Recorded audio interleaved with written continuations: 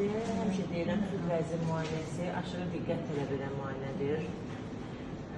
37 yaşlı bir xanım müayinə edirəm. Müayinə zamanı belə bir əlavə bir sahə, düyünlü sahə izləyirəm.